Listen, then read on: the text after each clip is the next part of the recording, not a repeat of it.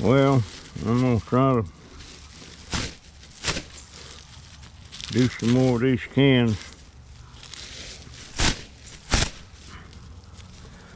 Do some more of these cans.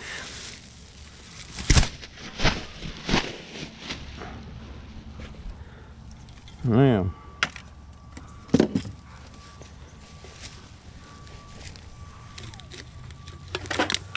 try to get these up.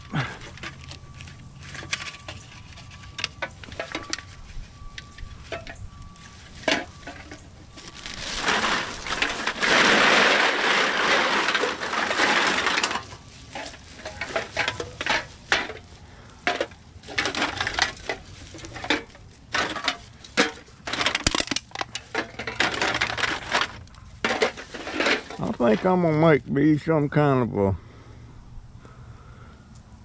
frame or something that I can hang these bags on.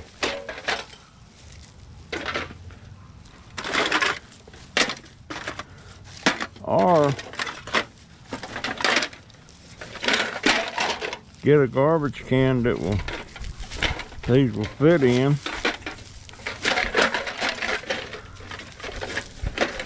Might be the better idea.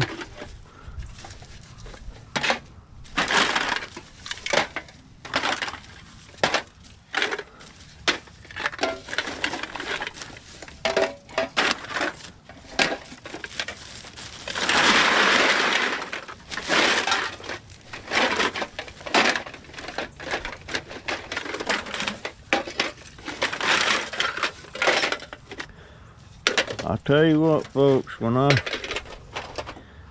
get this straightened up this time,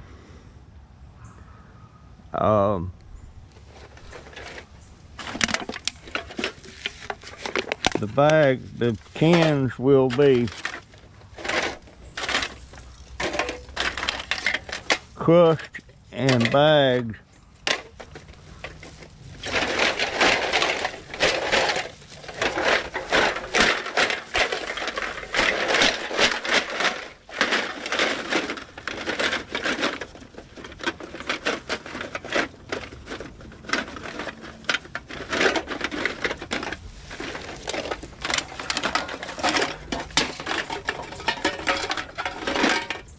that will make the job of these things a whole lot easier.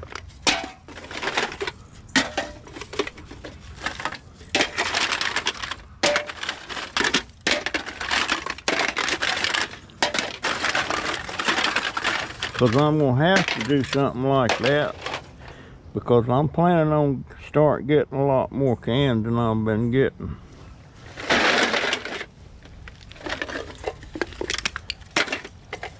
You can just about bet that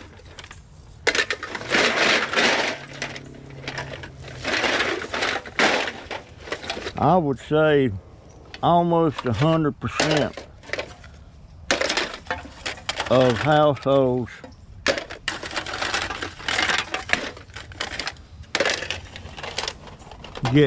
has aluminum cans that they throw out. I would say.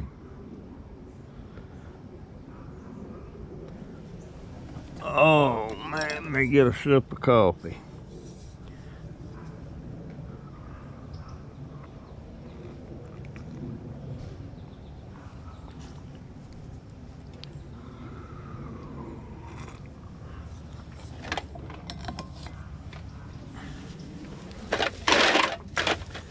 Some of my subscribers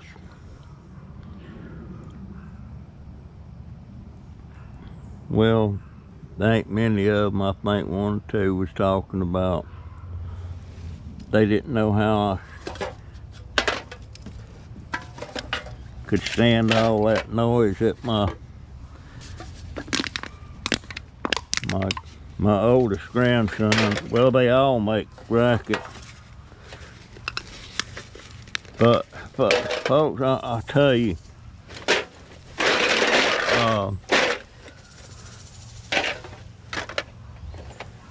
it's, to me, it's not just racket, it's noise.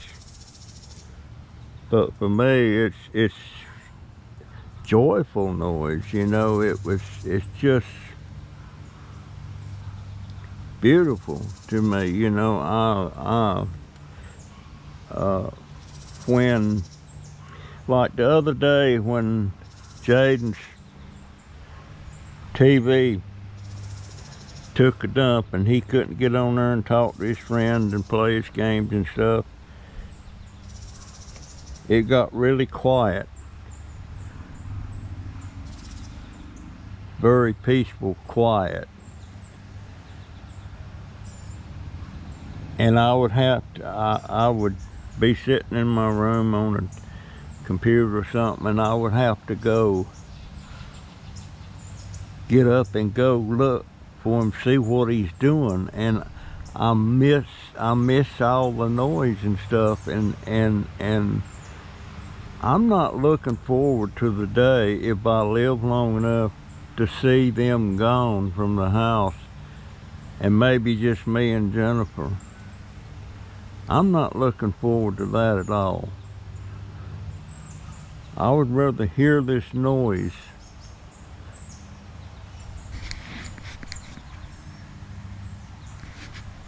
I would rather hear the noise and hear my babies.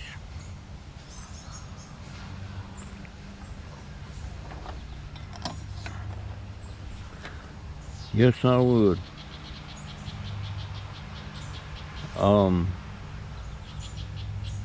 I definitely don't look forward to an empty nest. I've never had an empty nest. My daughter never really left home. There was a period there when she went to Job Corps, and that was really a bust. The only good thing out of that is my oldest grandson.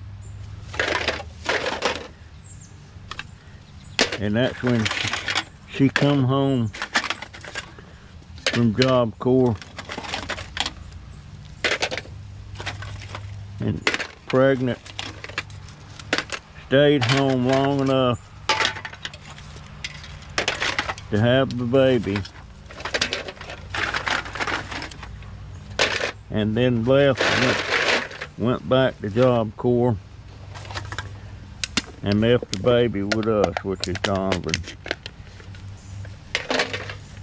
And that was a blessing.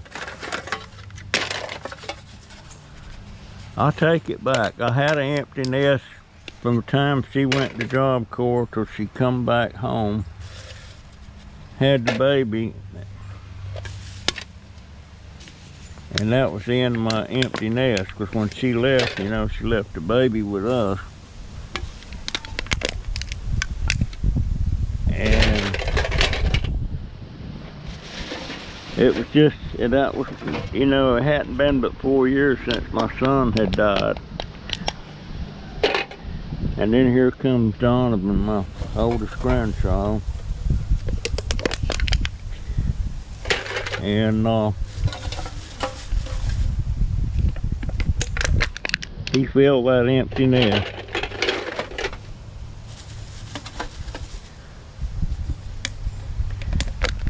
We was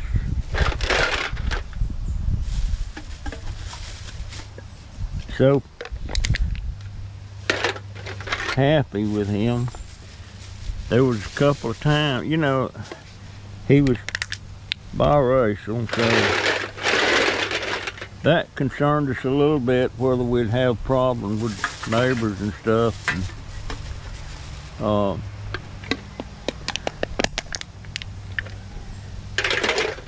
And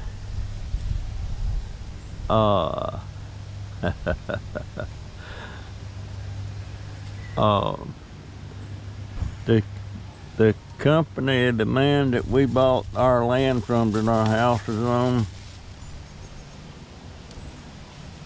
he wouldn't come out and say he wouldn't sell the blacks. But he had made some comments about to people that I know that there'd never be any blacks or Mexicans or Puerto Ricans getting hold of any land of his. And that piece of land cost us $10,000. And our piece was a little over an acre. A little over an acre. But when my grandson was born,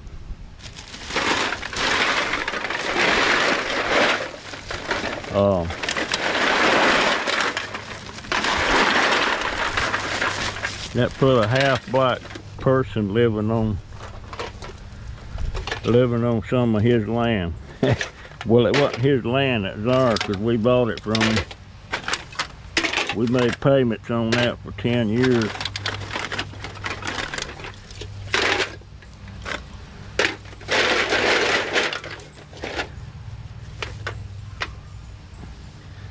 So that was kind of funny.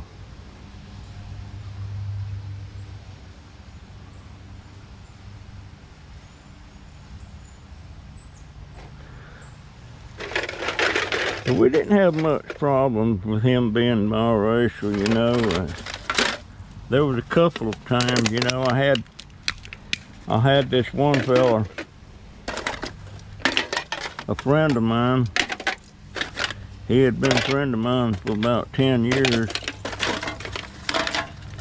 And I was down at the community store. It's called Pioneer Country Store.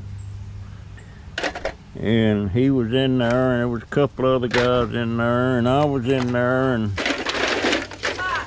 What? There's some chicken from Publix in here. Okay. Go. Oh. I'll be in there in a minute.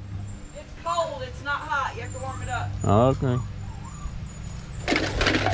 And just one, and I was in there. We was all talking. Of course, I was really bragging on my grandson, you know. And I went out for something. I had to go out for something. When I was leaving, and I had to come back in.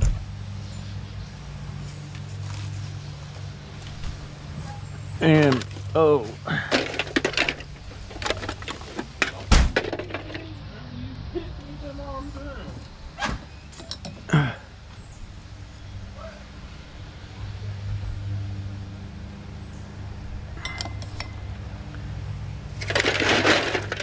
and when I come back in, one of my friends, the one I'm talking about,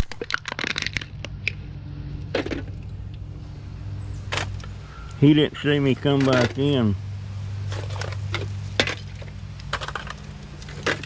And he said, damn, the way Russell talks, you'd think that little nigger was white. That's what he said.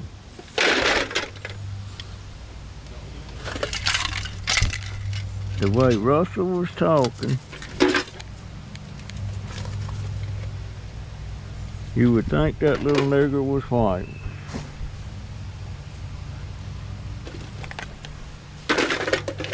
So,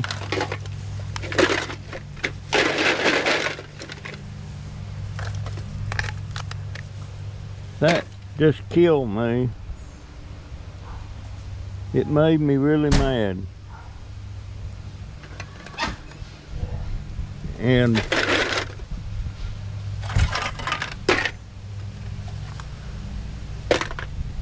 I said, well, and I said his name, I ain't gonna say his name. I said, I think it was like nice to know where you stand. And I said his name. And he never spoke 2 words to me since. What? But that's what my friend said.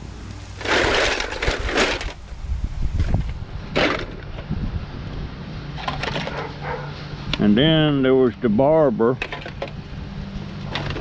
that I went to. Had been going to him for about 5 years.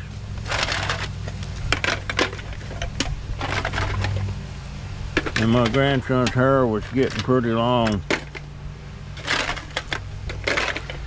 I said, can you cut his hair? And he said something similar to this. I can't remember the exact words. He said, well, I think he said, as long as you don't bring no more of them in here. And that's offensive. Don't bring no more of them in here.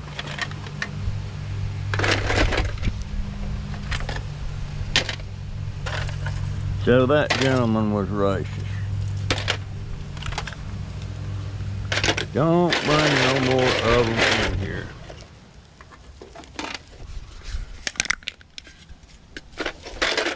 I found me a new barber.